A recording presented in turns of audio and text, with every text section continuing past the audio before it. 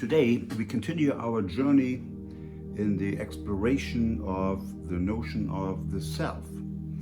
As you recall, in our first video, we limited ourselves to the phenomenon, the phenomenology of experiencing the self in waking consciousness. And we will continue in this tradition today, but also expand into some more theoretical aspects of how we can conceptualize the embodied self in a more comprehensive framework. So we will continue this tradition of looking at embodiment and the experience in consciousness of the self, but expand into some more theoretical aspects. So here in the first slide, you can see we are still at number one, the bodily self, which is the experience of being a body and having a particular body. Now, our future path will lead us to the perspectival self, the volitional self, the narrative self, and eventually to the social self. In the next slide, you see a famous German physicist, physician, and physiologist, Hermann von Helmholtz, who studied perception. And he had some ideas, which at the time he developed them, were rejected, but have made a significant comeback in the last 20 years or so. So he was thinking about the brain being encased in the skull. It's dark in there. The brain does not have direct access to the world. It has to rely on data, sensory impressions, we call them. We now call it sensory data, being transmitted from the retina, the inner ear, for hearing, smell, proprioception, touch, etc. This data then is sent to the brain and arrives in a form that is digital in a sense and encoded and noisy. It is not pristine data. What we see in the world is not the initial imprint on the retina, but rather a workup on noisy data that the brain has to perform in order to come up with some kind of theory or conclusion as to what is going on in the world and what might be the causal mechanisms that drive events in the world. So Helmholtz said something like this. He says that the formation of visual impressions is achieved by unconscious judgments performed in the brain, the result of which can never once be elevated to the plane of conscious judgments, and thus lack the purifying and scrutinizing work of conscious thinking. And his contemporaries were very upset with him because the notion of inference implies conscious, deliberative thinking. So here now was a oxymoron, in effect. He said unconscious inference. And he was criticized for this, and his ideas went underground for a long period of time. Here is, in the next slide, his work, Handbook of Physiological Optics, which is still now, 150 years later, available in German and English editions in print. Here is a copy of the first page of my own German edition of Helmholtz's work, in which he lays down this idea that the brain is performing unconscious inferences on noisy data in order to extract causal ideas about what's going on in the world.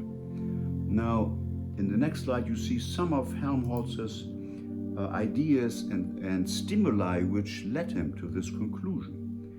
On the left-hand side here, you see a optical illusion where you can see a circle. The truth is there is no circle. There's just an interruption in the luminosity of the spokes that are converging on the center of the image. But our brain cannot help to construct the image of a circle, an optical illusion. On the right-hand side of the slide, you see a similar phenomenon, namely lines that are of equal length may appear shorter or longer depending on the little appendage on either side, a so-called Müller-Lyer illusion. Even if you know, and you can know by looking at the bottom half of the slide on the right-hand side, that the lines are of equal length. As you look at the top part, you will still perceive the line in the middle as being longer. You cannot help it. Your brain is overriding your judgment and your measurement and whatever rational thought you may have put into elaborating on this presentation. Likewise, in the next slide here, you see a very famous phenomenon, namely the squares A and B on the left-hand side of the slide. You would certainly say that A is much darker than B. The fact is, they are of equal luminosity. You can test this by carving out a little connection between A and B on the right-hand side of the slide. And as you can see, A and B are totally of equal luminosity. So this is then an illusion that has to do with our notion of shadowing. We correct for shadowing, illumination from above, for example, automatically. We make inferences and draw conclusions unconsciously, very rapidly, and beyond our ability to correct these things by conscious deliberation. One of my favorite examples of this is in the next slide, the hollow face illusion. So here you see a face and a mask of the face, and you cannot tell the difference. The mask on the right hand side looks exactly like the face because we cannot conceive of a face being concave. It's always convex. The features of the face always come out at us because of our millions of years of experience in seeing faces and judging the appearances of objects because they're illuminated from above. The sun shines from above, and so we construct the images that we see from those calculations. We will now show you a brief video that illustrates the uncanny ability of the hollow face illusion to override your better thinking and your better knowledge of what is really going on. You just can't help it but see the face come out at you rather than being in the form of a mass going into the plane.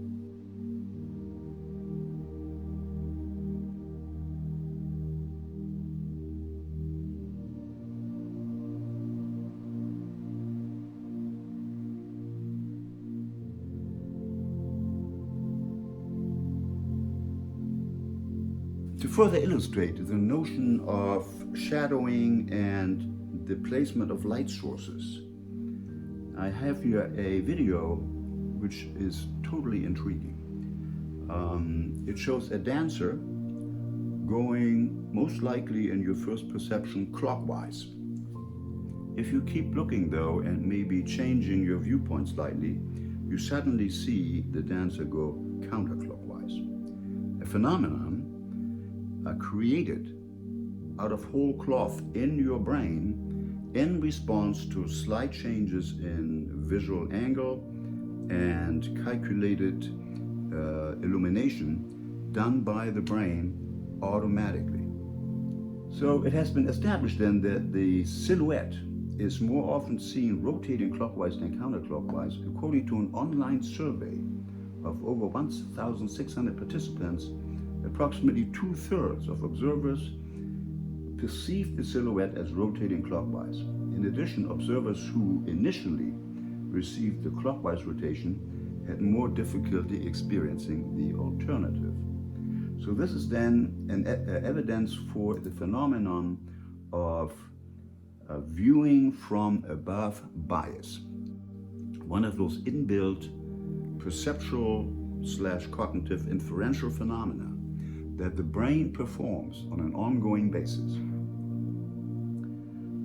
So what are we to make of this? We are unaware, we have no control over these inferences, we are subject to these optical illusions. Why are they there, and are they useful in any way? Why did evolution design the brain or come up with a brain that does these parlor tricks in a sense? Well, I will now show you a brief clip on the phenomenon of saccadic eye movements.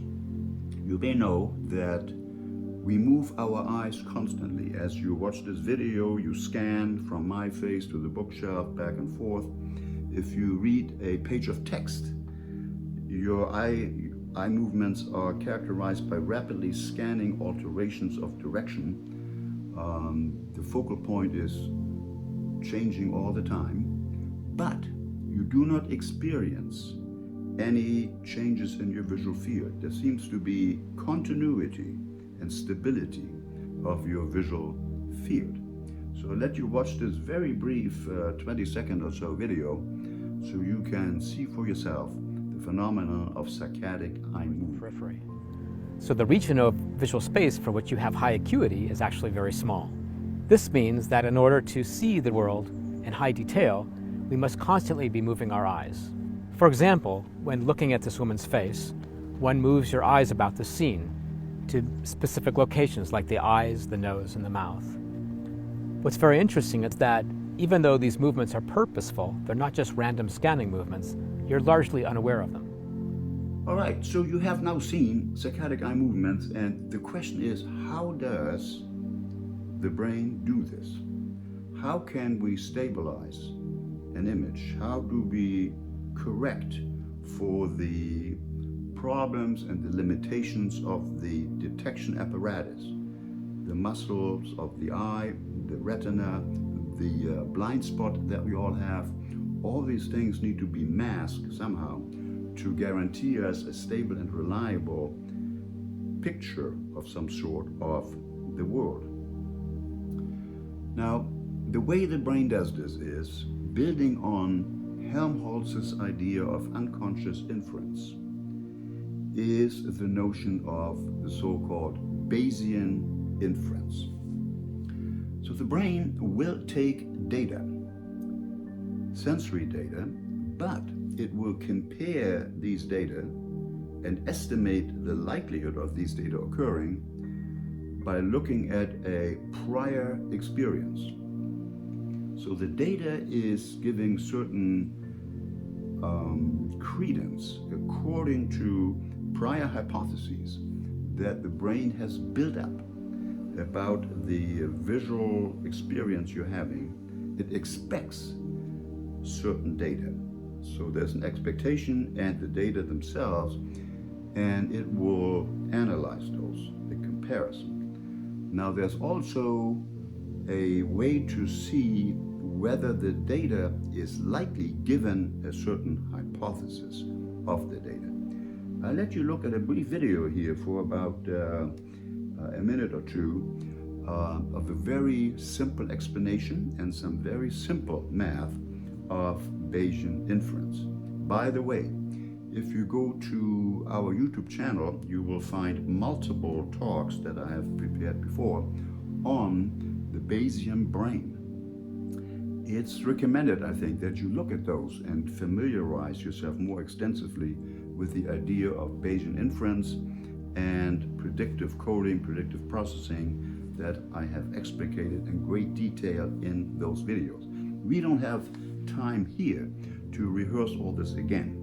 So I show you this brief video here on the Bayesian inference. More than 200 years ago, the Reverend Thomas Bayes formulated the foundations of probabilistic inference, what we today call Bayes' rule.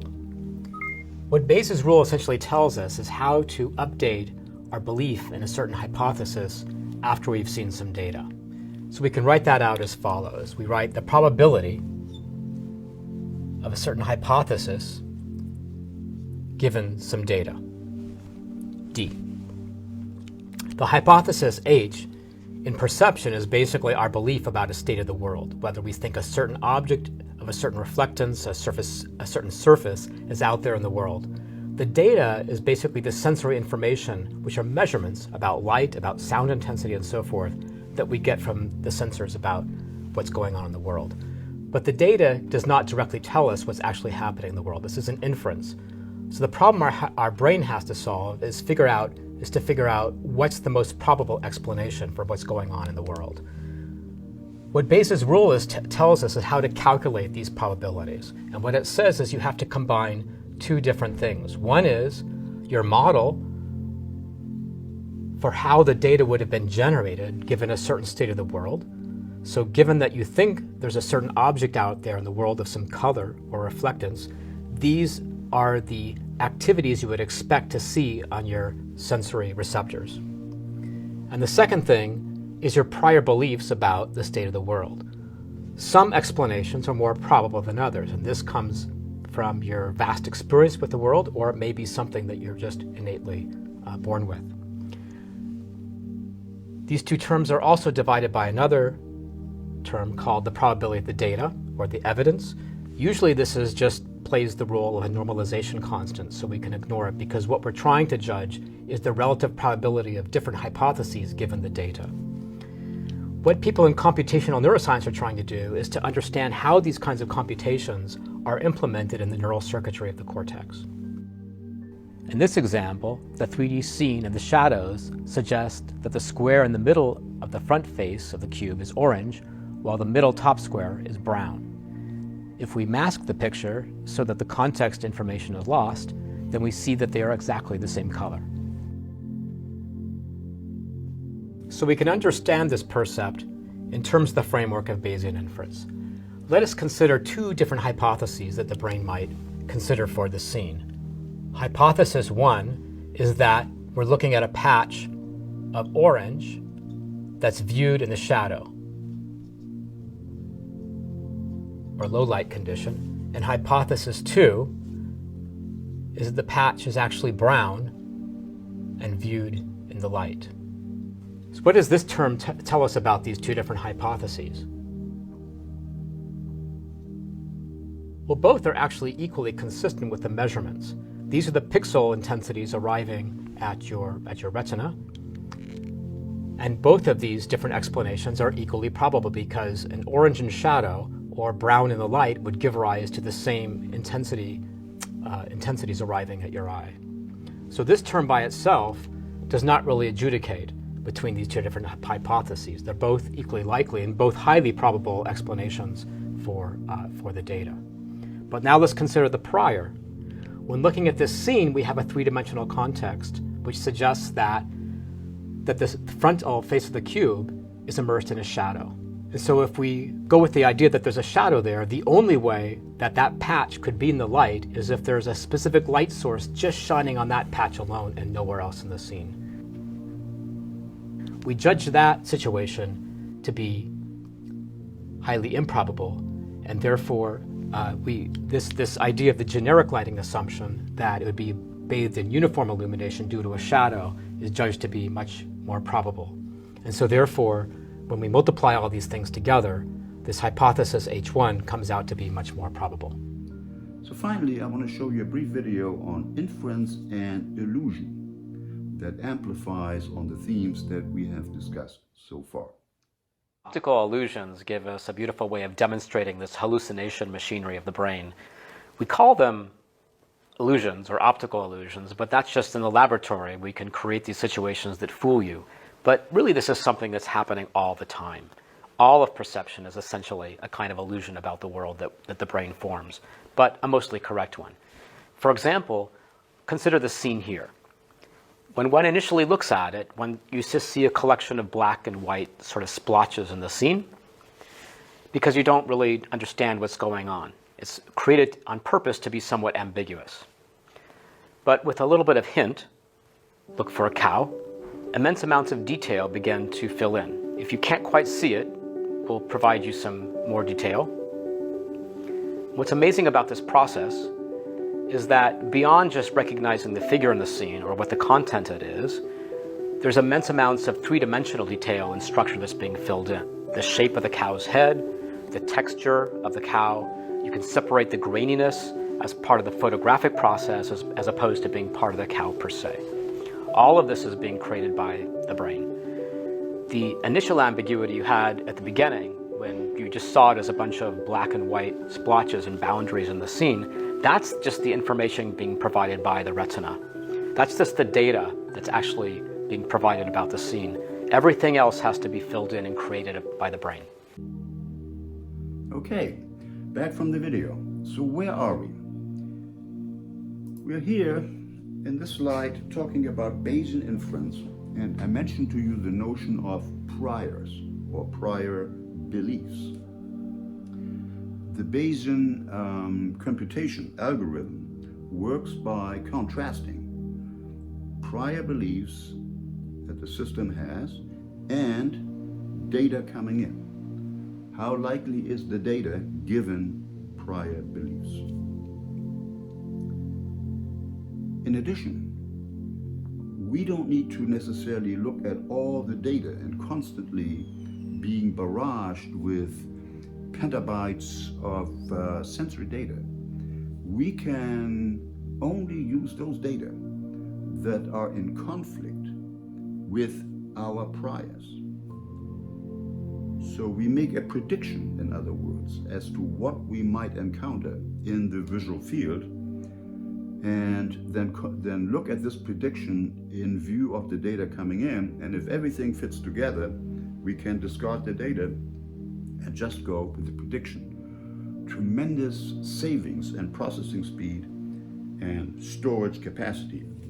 Same is done in MP3 files, where we don't record every single blip, but we rather predict what the next event may be in the MP3 sequence of events. Now, looking at a human. When you're born, you don't know much at all. You are helpless. You don't know how to regulate your temperature. The doctor will take you away and the nurses put you in, bottle you up in warm blankets. You don't know how to take fluids. You just took your first breath. How do you control your breathing? According to oxygen saturation in the environment and the oxygen saturation in your blood. How do you know when you are hungry? And how do you know when you feel sleepy? There is a chaos of signals coming from the visual system, the auditory system, from everywhere, including from your belly, the interoceptive system. Hunger, cold, all these sensations are bombarding your immature brain as well, and you don't really know what all these signals mean, neither does your immature brain. So we need to build up some priors in the baby's brain. And how do we do that? The answer is very simple. We do it by interacting with mom or dad, with a caregiver who is in tune and who adjusts his or her own brain to the signals that you, the baby, give mom about your internal state. Mom or dad are mirroring in some way the internal state in their own brain. I'll show you here a brief video of mom and baby interaction, and you can see the dance that's going on between mother and baby, the synchrony, the interplay. It's almost like a piece of music that is orchestrated, except that the performance, mom and the baby, are totally in sync and are playing off each other.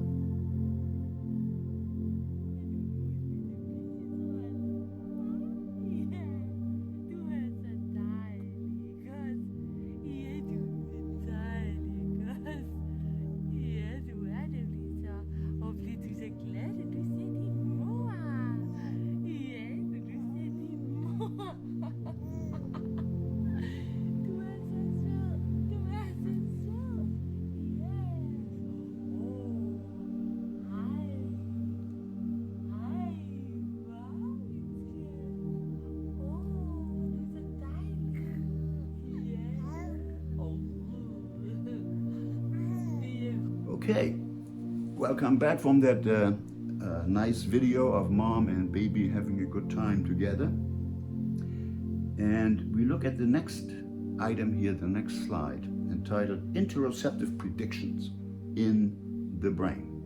So I told you that the visual system has found a way to predict visual stimuli in the environment and then goes ahead and compares the incoming sensory data stream with the internal prediction as to what might be out there.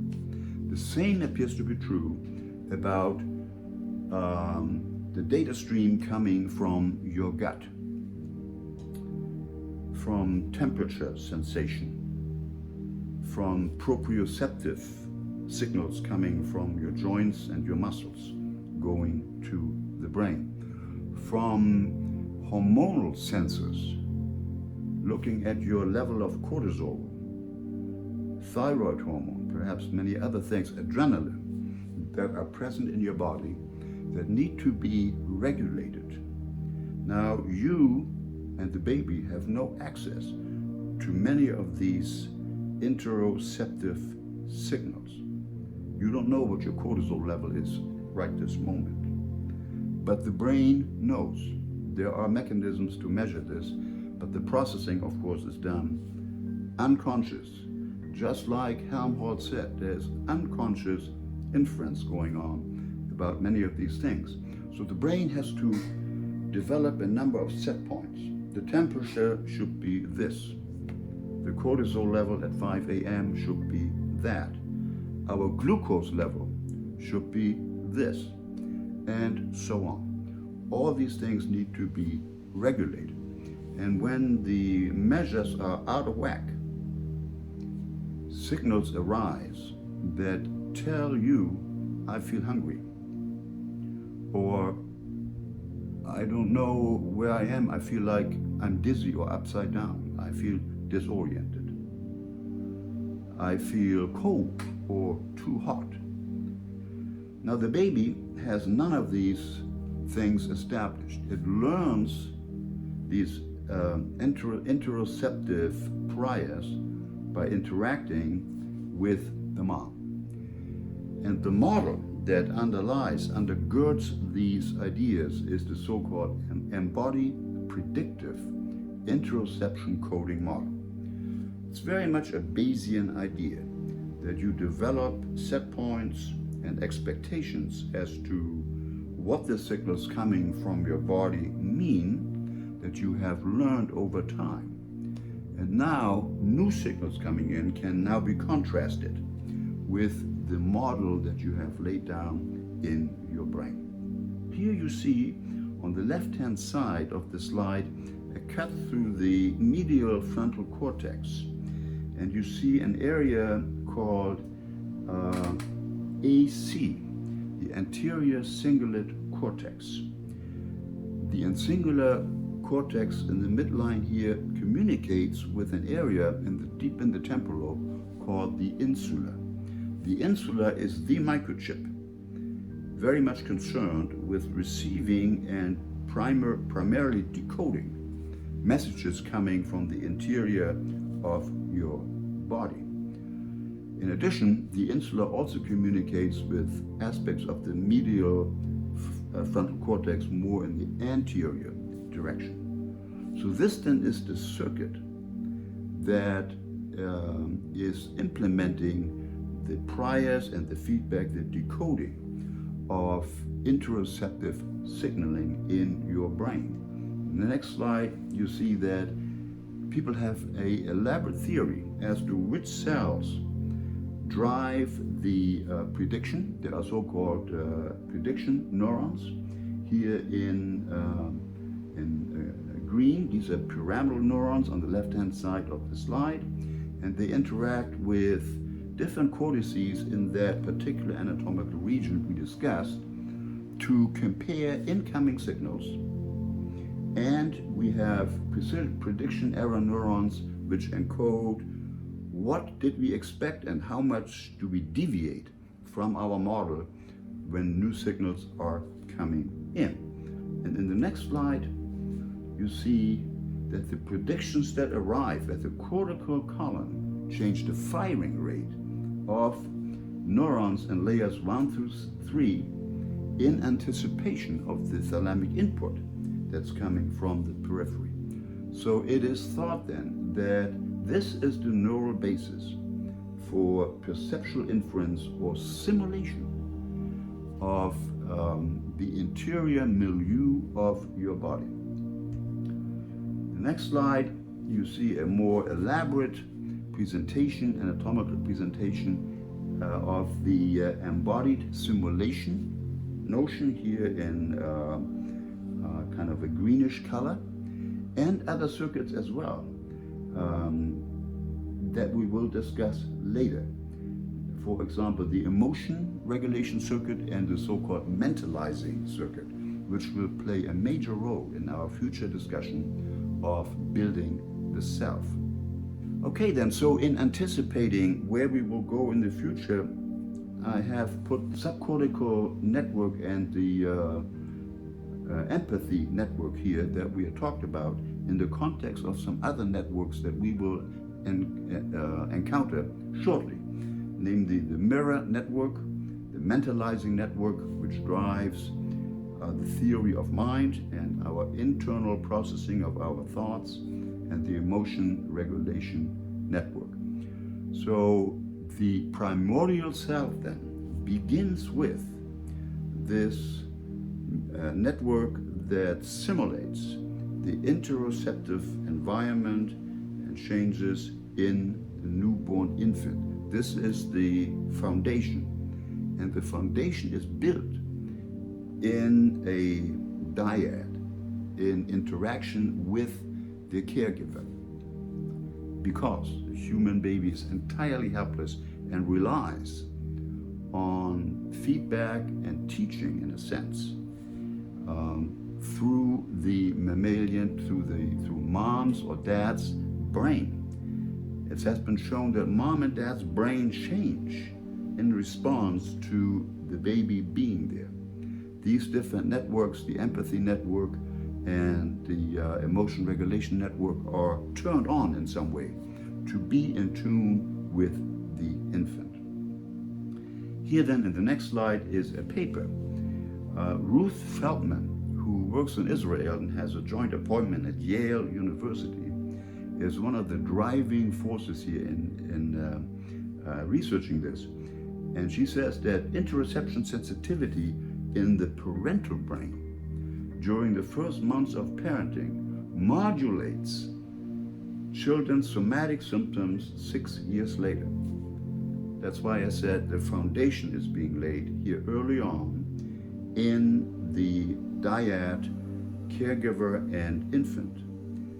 So there is a dance going on that teaches the infant brain to lay down appropriate priors and train the mechanism of Bayesian inference in a way that is useful to the organism. If that goes wrong, you may have increased somatic symptoms later in life.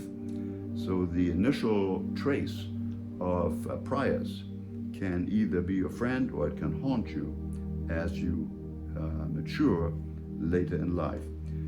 So here are the two areas that they look at. We have discussed the anterior insula already. They also look at the amygdala, another limbic emotional processing center often associated with fear, but other emotions are coded as well. So the result of the study shows this. There is a long-term association between interoception sensitivity in the parent's brain in the postpartum period and the development of children's somatic symptoms. This involves some very ancient pathways. So the brain is immature at birth, and the young have to maintain proximity to the nursing mother.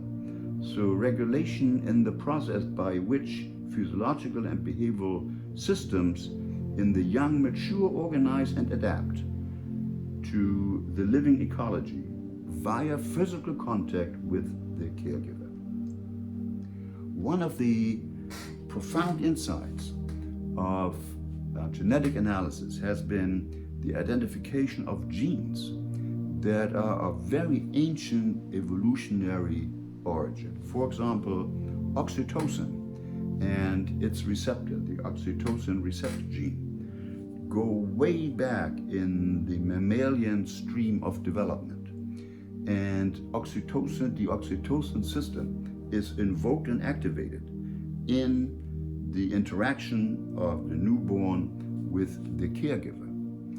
Oxytocin plays a dramatic role in this forming and shaping of the system that lays down appropriate priors and responsiveness in the infant brain. So then here is a developmental model of regulation, and you can see it goes up to preschool age and on. And here on the right-hand side, you see the magic word self appearing, namely in self-regulation.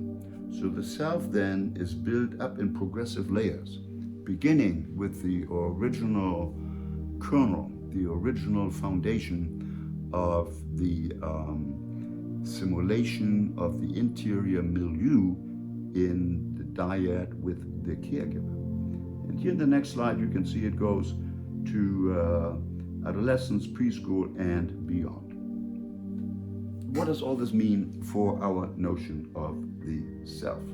I want to cite somewhat extensively Dr. Anil Seth, who is a researcher in Great Britain, who has done a great deal of theoretical as well as experimental work in addressing foundational issues in Bayesian inference, how the brain processes sensory information, and he has given thought to the ideas of the self. So here's what he says about the inference. The purpose of perceiving the body from within has little to do in figuring out what's there. My brain couldn't care less, he says, that my internal organs are objects to a particular location within the body. The only thing that's important about my internal physiology is that it does work and that it keeps me alive. The brain cares primarily about control and regulation about the body's internal states. So perceptual predictions for the body's interior are of a very different kind. They are not instrumental, they are control-oriented. They are not epistemic. This is suggestive of why our experiences of being a body have this non-object-based phenomenology character compared to our experiences of the outside world. All perceptions, he says, originates in evolution and development from a fundamental drive to stay alive. Everything that we perceive is warped and shaped by this drive. Our perceptual experiences reflect the relevance of hidden causes, sensory signals, for the ongoing survival of the body. So you can see how fundamental the notion of the primordial self is. It is about survival, regulation in the service of survival. Finally, I want to spend a little time on our notion of the continuity of the self. We believe that our self is continuous. Tomorrow when you wake up, you are the same self as today. 5 years ago, maybe you were slightly different, but fundamentally, in some profound way, we believe that was also our self. Now, there's really no good reason to believe that. It's a notion we have. It is a bias. We are perceptually biased, perhaps for good evolutionary reason, to overestimate the degree of self-continuity. We can phrase this in terms of the notion of change blindness. We don't perceive changes in the environment, either sudden or slowly continuous changes. Very odd phenomenon that we are all subject to. So there's an experiment in which the background of a scene can change slowly, changing color from red to blue, and if the change is slow enough, we will not perceive it. So I want to show you two entertaining videos here about change blindness. The first are some movie clips of your favorite actors, Hollywood actors, and the second is about a 1-minute exposition of gradual change blindness. Hey! Forrest! How you doing? Come in, come in. I got your letter. Oh, I was wondering about that. Is this your house? Yeah, it's messy right now. I just got off work. It's nice. You got air conditioning.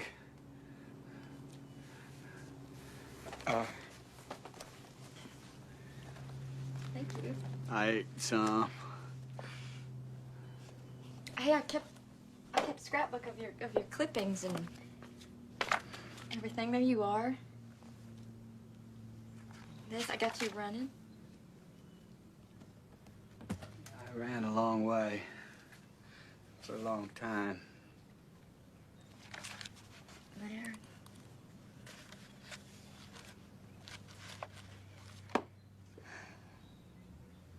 Listen, Forrest, I don't know how to say this.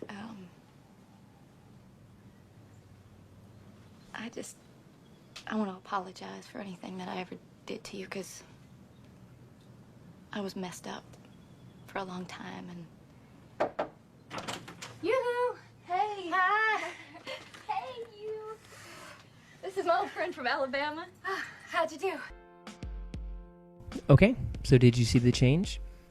If you didn't, that's okay. It was kind of an innocuous change. It wasn't really important, had nothing to do with the plot. It was just something that was going on in the background. When we first enter Jenny's apartment, we see that this iron is upright. Now, after they've been talking, now we see it a few seconds later on its side, face down. Now, we didn't see any character touch this, and it's very unlikely that there's a poltergeist or anything like that that's affecting this. It's just a continuity error. We experience change blindness all the time in movies because these changes rarely matter. They're not that important. Let's look at one more example.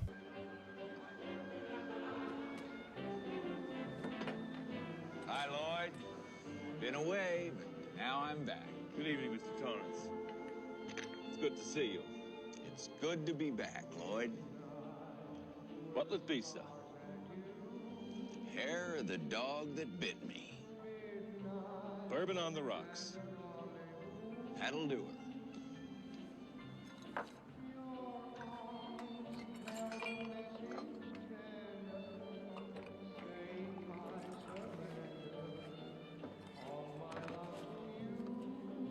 No charge to you, Mr. Torrance. No charge?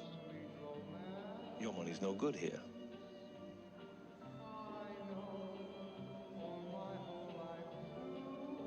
Orders from the house. Orders from the house. Drink up, Mr. Torrance. I'm the kind of man likes to know who's buying their drinks, Lloyd. It's not a matter that concerns you, Mr. Torrance. At least not at this point.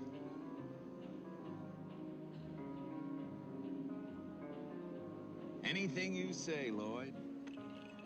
Anything you say. Okay, did you spot the change? If you didn't, then hey, that's another example of change blindness. But just in case you didn't, let's walk back through the scene one more time. We're at the bartender. You can see he's pouring this glass for Jack. You notice one big ice cube in this glass. We cut back to the bartender, back to Jack, and now the ice cube has apparently melted in the span of 10 seconds. Back to the bartender, and then back to Jack, and now the ice cube has reappeared in his glass. Back to the bartender one final time, and then over to Jack for this final shot, and you see that, what do you know, the ice is gone once more. So, most people don't notice this because they're too busy focusing on the dialogue between Jack and the bartender. because that's what's most important in this scene.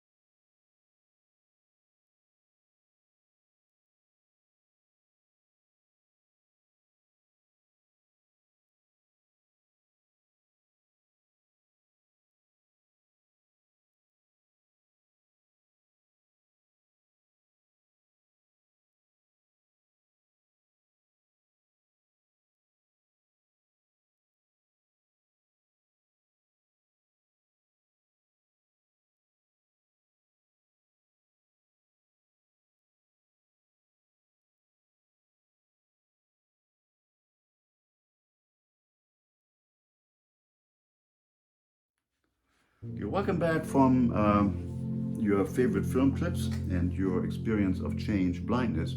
I predict that you did not detect any or many of the changes in this particular teaching example of change blindness. So what makes you think that you will detect the very slow but definite changes in your self, or your notion of the self, or your implementation of the self, or of your priors that are always subject to revision according to the Bayesian model of brain function? New data are coming in. You're exposed to new experiences all the time, and you may, on occasion, have to revise some of your dear, closely held priors. Change is hard, but we do this. And we do this perhaps much more on a daily basis than we realize. In other words, again, undermining the notion of the self being a solid core that is always going to be with us, that is stable and can be relied upon. Rather, it appears as though the self boots up every morning in a slightly different operating system, imperceptibly changing throughout life. I hope you enjoyed this presentation, and we'll see you soon again for another installment in the series on building and understanding the self. Thank you.